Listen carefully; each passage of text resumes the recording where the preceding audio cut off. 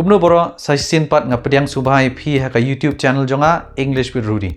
Ha ka ni ka video ngin yo jinghikai halor ki ktien Kynnoh.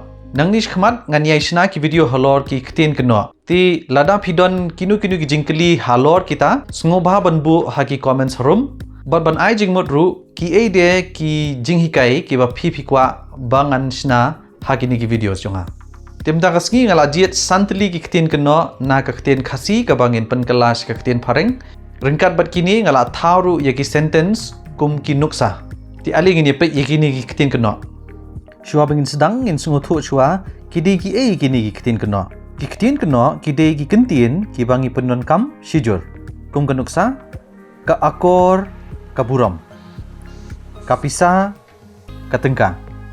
Haki ktien Kynnoh lada pyndonkam yaki kentien la ka jong ki don ka jingmut ka bapher. Tong ini pek nuksa ti ka kentien puli lada nga pyndonkam la ka jong hi ka don ka jingmut ka bapher pan ya ka ktien Kynnoh ka puli ka puthi. Tong ini jam shkhmat ngalajir santli ki nuksa na ka benta kanika video. Ka ktien Kynnoh badingkong ka bha kamiat ha ka phareng kamut welfare. Tong ini thau kowe ka sentence ka ktien Khasi ka sorkar ka deban perkhat shaphang ka bha kamiat jong ki pajba. Tong in pynkylla ka nipat sa ka phareng. The government must think about the welfare of the public.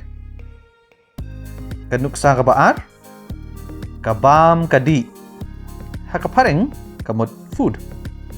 Tong in thau sentence biang ngi ladep penbiang ka bam ka di na ka benta jongki. Ha ka phareng kan mut kumno we have arranged food for them. Kanuksa balai ka kot kasla ha ka phareng kamut document. Tong inya thau sentence biang ki kot kisla ayu ngadon kam ban ai Ryngkat bat ka form. Kani kamut kumno ha ka ktien English. What documents do I need to submit with the form? Nuksa basaw ka kam ka jam. Ha ka ktien English kamut kumno job. Tong in thau sentence biang ngadang wat ka kam ka jam babiang ban kershan ya ka ying ka sem jonga. Ha ka English kamut kumno I am searching for a good job to support my family. Kanuksa ka basan kadur kadar kani da ka English kamut appearance.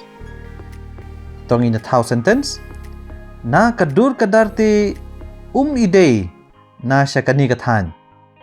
Ha ka English kamut kumno from his appearance he doesn't seem to be from around here. Hatu phila mentoy na em na kini ki jinghikai. Lada pidang don shu ki jingtylli kenma banbu yaki ha ki comments harum. Wadum klet ban like, share dan subscribe ika channel jonga. Mentang kasngi tangkat ni, kublish bun ngin say Kynnoh.